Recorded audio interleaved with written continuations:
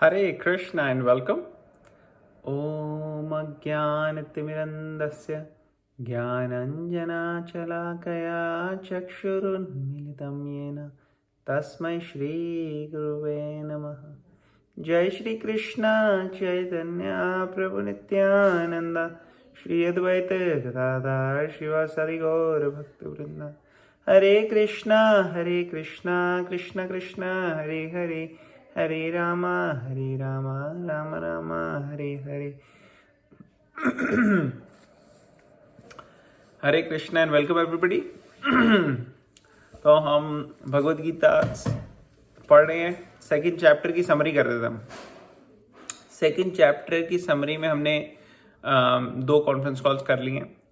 पहली और दूसरी कॉन्फ्रेंस कॉल में हमने एक्चुअली 3 कॉन्फ्रेंस कॉल कर ली हैं और हम उस सेक्शन में आ गए हैं 54 के बाद वाला जहाँ पे अर्जुन पूछ रहा है सेकंड चैप्टर 54 श्लोका और उसके बाद कि एक स्थित प्रज्ञा जो कि एक सेल्फ रियलाइज्ड व्यक्ति होता है उसके क्या लक्षण है, वो कैसे अपने आप को कैरी करता है. How does he set, what is his sorry how does he speak, what is his language, how does he set, how does he. तो ये सब चीजें वो पूछ रहा है कि क्या लक्षण है, सिम्टम्स कैसे हैं, क्योंकि कृष्णा उसको इतनी सारी चीजें बता रहे हैं कि ऐसे करना है, इस तरीके से चलना है. तो उसके दिमाग में क्वेश्चन आ रहा है कि अच्छा जो आइडियल व्यक्ति है, जो सही मायने में सेल्फ रियलाइज्ड है, वो कैसे अपने आप को कंडक्ट करता है कि नहीं. तो वो देखना चाह रहा है. तो कृष्णा उसके आगे बोलते हैं 54 के बाद जवाब में श्लोक 55 और उसके ऑनवर्ड. सबसे पहली चीज तो वो कह रहे हैं कि ये सेंस ग्रेटिफिकेशन में नहीं वो पड़ता. इंद्रियों के तृप्तिकरण, इंद्रियां जो हैं, सेंसेस जो हैं, वो चाहती हैं कि हमारे को जो भी दिख रहा है वो हमारे को मिलता रहे, जो कि उनके लिए लाभदायक नहीं होता एक्चुअली, है कि नहीं. एक बच्चा है, उसको पता नहीं है कि उसके लिए क्या सही है क्या नहीं. उसको जो मिलता है वो उसको वो भी चाहिए, ये भी चाहिए. कभी कभार वो कहेगा कि नहीं मुझे आग से खेलना है, कभी चाकू से खेलना है. तो ऐसी इंद्रियां भी जो हैं वो ऐसी चीज़ों के पीछे जाना चाहती हैं. और इंद्रियों और माइंड को कंट्रोल करके रखता है जो व्यक्ति स्थित प्रज्ञा है, जिसकी माइंड और कॉन्शियसनेस जो है वो कंट्रोल है. तो ऐसे कृष्णा बता रहे हैं. और वो अच्छे बुरे इन सब में अब स्टडी रहता है, इन सब से इफेक्ट नहीं होता बहुत ज्यादा. फिर हमने अभी डिस्कस किया था कि कैसे वो एक कछुए की तरह, जैसे कछुआ है वो अपने आप को अंदर कर लेता है, हाथ पैर अपने अंदर कर लेता है और एक शेल के अंदर प्रोटेक्टिव उसमें बन जाता है. उसी तरीके से जब इंद्र तृप्ति की अट्रैक्ट वो आती है अपॉर्चुनिटी, तो सेल्फ रियलाइज्ड व्यक्ति देखता है कि अगर ये भगवान के सेवा में लगाने लायक है तो वो लगता है, नहीं तो सेंसेस और सेंसेस को विड्रॉ कर लेता है, माइंड को विड्रॉ कर लेता है और उस जगह लगाता है जो भगवान की सेवा में लगे. तो ये कछुए का एग्जाम्पल काफी नोटवर्दी है, इंपॉर्टेंट है कि कैसे वो विड्रॉ कर लेता है. उसके बाद कृष्णा यहां पे बोलते हैं 59 श्लोका में कि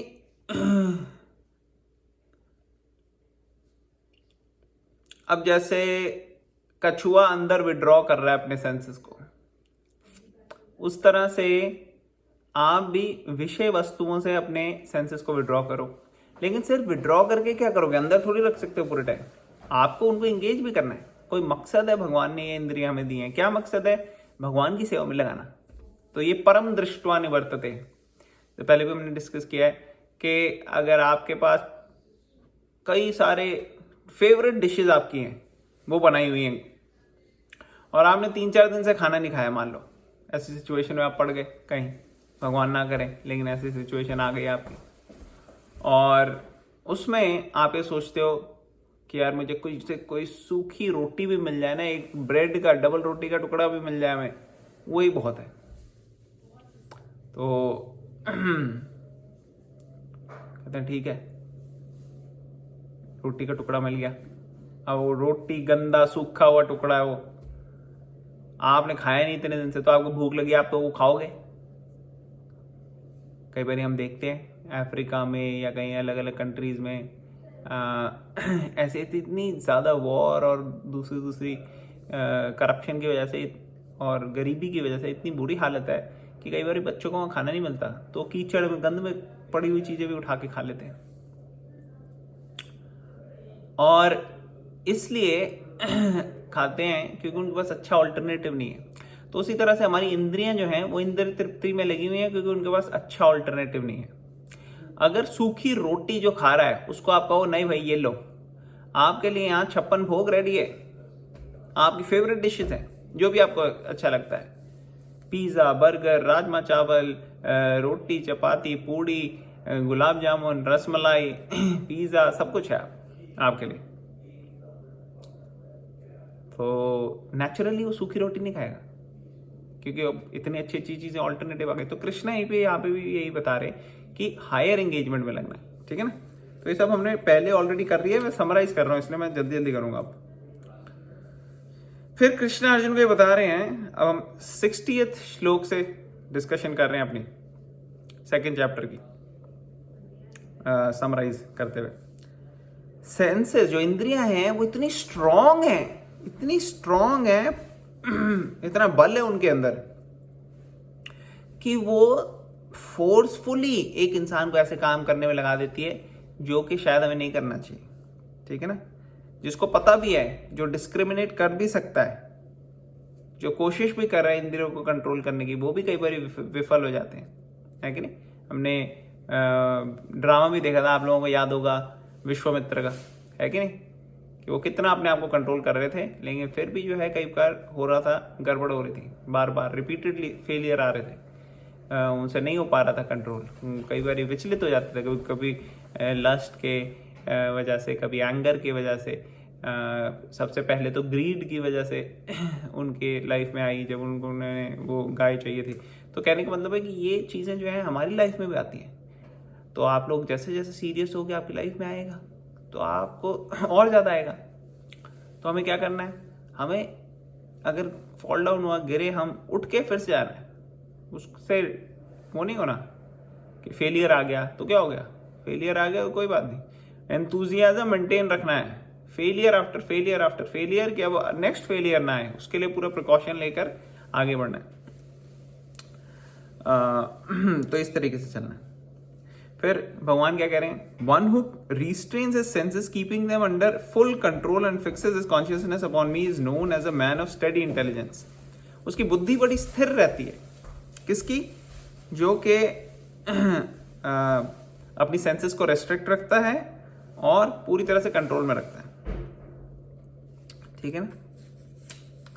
तो इस स्थित प्रज्ञा के सारे लक्षण बता रहे हैं कृष्ण, और बता भी रहे हैं कि कैसे मैकेनिज्म वर्क करता है। जैसे अब ये 62 बड़ा इंपॉर्टेंट है, कृष्ण बता रहे हैं जिस चीज के बारे में हम सुनते हैं, सोचते हैं, मेडिटेट करते हैं, ध्यान लगाते हैं, वो हमारी लाइफ में कितना ज्यादा इम्पैक्ट करता है, कितने ज्यादा उसकी वजह से हमारे अंदर चेंजेस आ जाते हैं।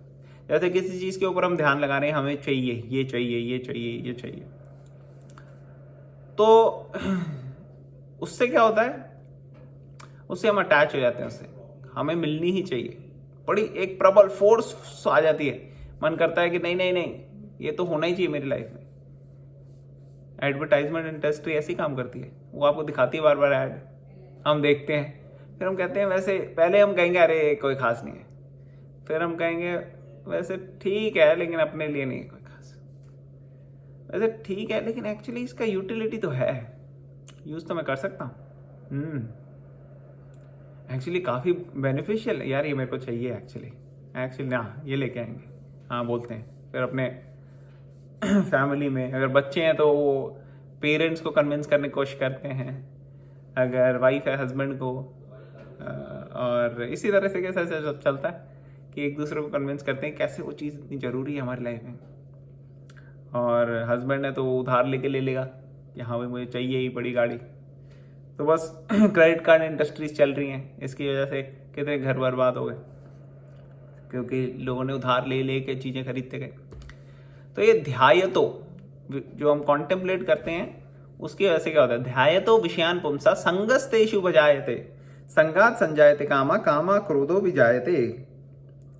इसका मतलब क्या है कि contemplating on the objects of senses one develops attachment for them, and from such attachment lust develops. तो जब अटैचमेंट होती है कि हाँ मुझे वो चाहिए चीज़ और मैं उसको एंजॉय करना चाहता हूँ, किसके लिए एंजॉय करना चाहता हूँ? मैं एंजॉय करना चाहता हूँ भगवान से अलग अपने आप को सेटिस्फाई करने के लिए। अगर वो भगवान की सेवा में मैं यूज़ करता हूँ फिर कोई प्रॉब्लम नहीं है, फिर वो बिल्कुल no problem, that is perfect. मगर जनरली हम क्या करते हैं, भगवान से सेपरेट होकर एंजॉय करने की कोशिश करते हैं, और इस सेपरेट होकर एंजॉय करने की कोशिश जो प्रवृत्ति है इसको काम, लस्ट कहते हैं। ठीक है, तो संगात संजायते कामा, मतलब कि अगर हम अटैच हो गए उस पर कि हमें वो चाहिए, और मान लो वो अटैचमेंट के बीच में कोई आ जाता है और हम उसको एंजॉय नहीं कर पाते, तो उससे लस्ट जो है वो अनफुलफिल्ड रह जाती है। अटैचमेंट हुई, एंजॉय करने की प्रवृत्ति आई, लस्ट, और भगवान से अलग एंजॉय करने की, और फिर अगर वो उसके बीच में कोई ऑब्स्टेकल आ जाए तो उससे क्या होता है, एंगर। जैसे पहले भी हमने डिस्कस किया है, रावण को शूर्पणखा ने बताया कि सीता कितनी ब्यूटीफुल है, सीता ये है, ऐसे है, उसके एक एक अंग का डिस्क्रिप्शन दिया उसका, और उसको बहुत क्या कहते हैं ध्यान है, तो ध्यान लगाने की वजह सुना, उसने ध्यान लगाया सीता पे, उसको क्या हुआ, अटैचमेंट हो गई। अटैचमेंट से उसको कहा मैं एंजॉय करूंगा, लस्ट डेवलप्स। और एंजॉय करने के लिए कौन है मेरे बीच में ऑब्स्टेकल, और राम। तो राम के ऊपर एंगर अराइजेस कि राम को नहीं छोड़ेंगे हम। अब राम से उसका कोई लेना देना भी नहीं था, वो अलग जगह उनको रहने दो जहां है, नहीं मेरे को एंजॉय करना है, और मेरी एंजॉयमेंट के बीच में एक ऑब्स्टेकल है राम। तो ये तो रावण इज रिप्रेजेंटिंग लस्ट। हमारी लाइफ में भी हम देखते हैं, हमारे अंदर भी रावण बैठे हैं, वो रावण बोलता रहता है, तो हम रावण की सुनते हैं अपने अंदर के, या अपने अंदर के हनुमान की सुनते हैं, ये हमें देखना है। हनुमान जो है पूरी तरह से भगवान की सेवा में, कोई लस्ट नहीं, और रावण वो पूरी तरह से भगवान से सेपरेट एंजॉय करने के मूड में है, और उसके लिए भगवान भी अगर बीच में आ जाएंगे तो उनको भी हटा दूंगा। ये है रावण की प्रवृत्ति। तो क्रोधा, एंगर अराइजेस, उससे क्या होता है, क्रोधात् भवति सम्मोहा, सम्मोहात् स्मृति विभ्रमा, स्मृति भ्रंशात् बुद्धिनाश, बुद्धिनाश प्रणश्यति। तो ये है 2.63 इंपॉर्टेंट श्लोक है। यहाँ पे बता रहे हैं कि एंगर का रूट कॉज क्या है, रूट कॉज एनालिसिस।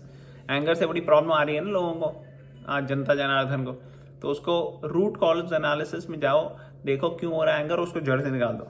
क्या हो रहा है, एंगर से कंप्लीट डिल्यूजन अराइजेस, पूरी तरह से डिल्यूजन हो जाती है, और डिल्यूजन होने की वजह से बिविल्डरमेंट ऑफ मेमोरी, जो मेमोरी है, जो हमारी बुद्धि है, जो हमारी इंटेलिजेंस है, जो स्मृति है, स्मृति याद करने की मेमोरी, वो सब खराब हो जाती है। जैसे हमने देखा रावण के लाइफ में कितनी सारी चुनौतियां आई जब वो इस गलत चीज कर रहा था, और कितने सारी प्रॉब्लम्स आई, और कितने लोगों ने उसे समझाया कि ऐसा मत करो, लेकिन उसकी बुद्धि एकदम इंटेलिजेंट लॉस्ट हो गई थी, और मेमोरी जो है वो भी लॉस्ट हो गई थी।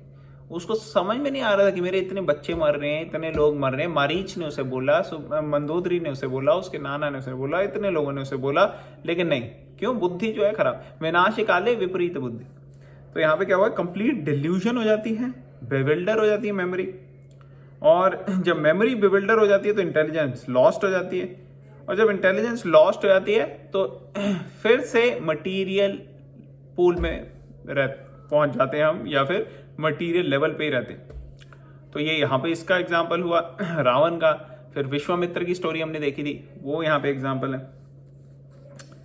फिर 64 श्लोक में क्या कह रहे हैं भगवान, वो कह रहे हैं but a person free from all attachment and aversion. अब ये तो ऐसा व्यक्ति है जो अटैच हो गया, लेकिन जो अटैच नहीं होता, हाँ, जो फ्री रहता है अटैचमेंट और एवर्जन से। अटैचमेंट क्या हुआ कि हमें इंजॉय करना है, एवर्जन हुआ नहीं नहीं दूर रखो मुझसे, दूर रखो, ये एवर्जन है। तो अटैचमेंट भी नहीं होना चाहिए, एवर्जन भी नहीं होना चाहिए। इन दोनों से जो परे रहता है, जो फ्री रहता है, वो अपनी इंद्रियों को कंट्रोल कर सकता है। कैसे कर सकता है, regulative principles of freedom. Regulative principles of freedom जो है ये इंपॉर्टेंट है, कि ये फ्रीडम ये हमारे को मुक्त रखते हैं अटैचमेंट और एवर्जन से, इसलिए ये फ्रीडम है। और रेगुलेटिव प्रिंसिपल्स मींस रेगुलेट करते हैं सेंसेस को। ऐसा व्यक्ति जो है उसको पूरी तरह से भगवान की कृपा मिल सकती है, complete mercy of the Lord. और जो ऐसे संतुष्ट रहता है कृष्ण कॉन्शियसनेस में, उसके लिए ये 3-fold मिजरीज जो हैं मटेरियल एग्जिस्टेंस की, ये होती नहीं है. In such satisfied consciousness once intelligence is soon well establish. मतलब कि ये जो 3-fold मिजरीज हैं, त्रापत्रया, जिसको हमने डिस्कस किया हुआ है पहले, ऐसी मिजरीज, ऐसी प्रॉब्लम्स, ऐसी, वो उसके लिए कोई बड़ी चीज नहीं है. क्यों? क्योंकि वो स्पिरिचुअल रेल्म में है. जैसे आप लोग देखोगे कि जब एक व्यक्ति चल रहा है रोड पे और वो बहुत ऊंची कोई बिल्डिंग देखता है, जैसे बुर्ज खलीफा, तो वो देखता है, वो कहता है ओ माय गॉड, कितनी बिग है यार, कितनी बड़ी है, बहुत बड़ी बिल्डिंग है. उसको बहुत बड़ी बिल्डिंग दिखती भी नहीं है इतनी ऊपर तक, वो देखता है और बिल्कुल एकदम स्टन रह जाता है. तो ये होता है व्यक्ति को जब वो जमीन पे. लेकिन अगर आप वो बिल्डिंग को देखो सैटेलाइट से, तो सैटेलाइट से बुर्ज खलीफा हो या कोई दूसरी हो, सब इनसिग्निफिकेंट, क्योंकि अब आप बहुत हाई उस पे हो, हाई लेवल पे हो अर्थ से. ठीक है ना? एक्चुअली यही हमारी कॉन्शियसनेस में होता है. हमारी कॉन्शियसनेस अगर बड़ी लो लेवल पे है तो हमें छोटी छोटी बातें भी बहुत बड़ी लगती है, बुर्ज खलीफा की तरह. हमारा कोई हमारे अगेंस्ट कोई बात कर दे तो हमारे इज्जत पे आ जाती है बात, कर कैसे दी नहीं, हम ले लेते हैं, क्रांतिकारी बन जाते हैं हम. क्या मैं तू जानता नहीं है मैं कौन हूं, तो हम ऐसी बातें करते हैं. क्यों? क्योंकि हमारे को हमारी जो ईगो है वो टॉलरेट नहीं कर सकती. तो हम छोटी छोटी चीजों पे बड़े ऑफेंड हो जाते हैं, सामने वाले के ऊपर सब कुछ रोटी पानी लेके चढ़ जाते हैं, तेरी ऐसी की तैसी तूने बोल कैसे दिया. तो ये होता है जब हम बिल्कुल लो लेवल की सोच है हमारी.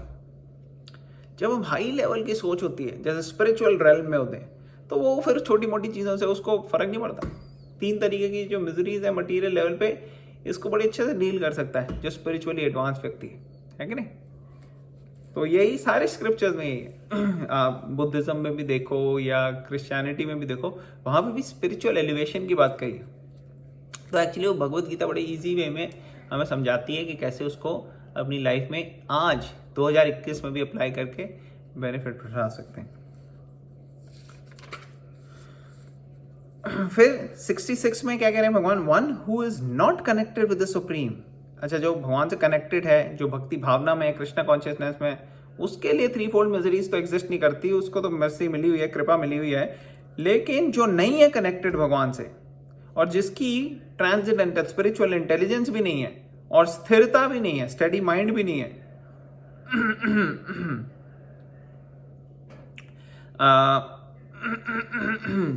उसको क्या होगा, उसके लिए कोई शांति उसकी लाइफ में नहीं हो सकती. क्योंकि स्टडी माइंड नहीं है, इंटेलिजेंस नहीं है, वो शांत नहीं रह सकता. और अगर कोई शांत नहीं रहेगा, शांति नहीं मिलेगी, तो उससे खुशी भी नहीं मिलेगी, क्योंकि शांति चाहिए. जैसे कई लोग कहते हैं शांति शांति शांति. हाँ, शांति ठीक है, लेकिन शांति के और आगे जा सकते हो आप, और वो है आनंद, वो है ब्लिस. तो हमें शांति भी चाहिए, ब्लिस भी चाहिए.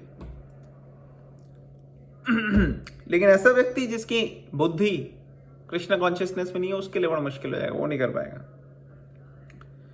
फिर भगवान क्या कह रहे हैं, एक तेज हवा जो होती है ना, वो नाव एग्जांपल दे रहे हैं कि जैसे एक नाव है और वो सागर में चल रही है, लेकिन तेज से हवा आई तो वो नाव को बहा के चल ले जाती है ना. कई बार आपने देखा होगा, शिप भी ऊपर नीचे होते हैं, बोट पलट जाती है कई बार.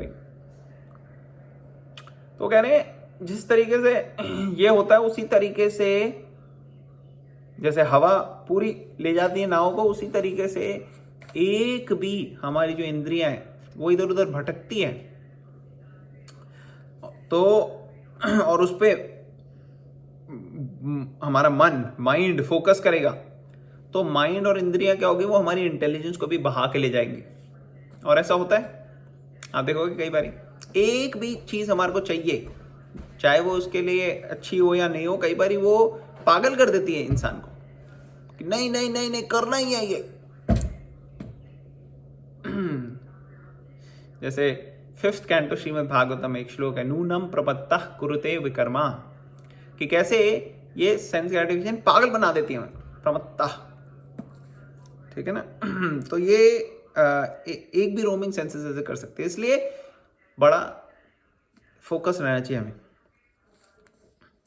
इसीलिए क्या करो, रिस्ट्रेन करो सेंसेस को और स्टेडी रहो, स्टेडी इंटेलिजेंस में चलो। और रिस्ट्रेन करने के लिए बेस्ट तरीका क्या है कि इंद्रियों को अच्छे सेवा में लगाओ भगवान की। जब वो सेवा में लगी हुई है, अगर खाना है उसने प्रसाद खिलाओ, अगर उसको म्यूजिक सुनना है, कीर्तन, डांस, अगर उसको बुक्स पढ़नी है, भगवत गीता और ऐसी स्पिरिचुअल बुक्स पढ़ें, है कि नहीं।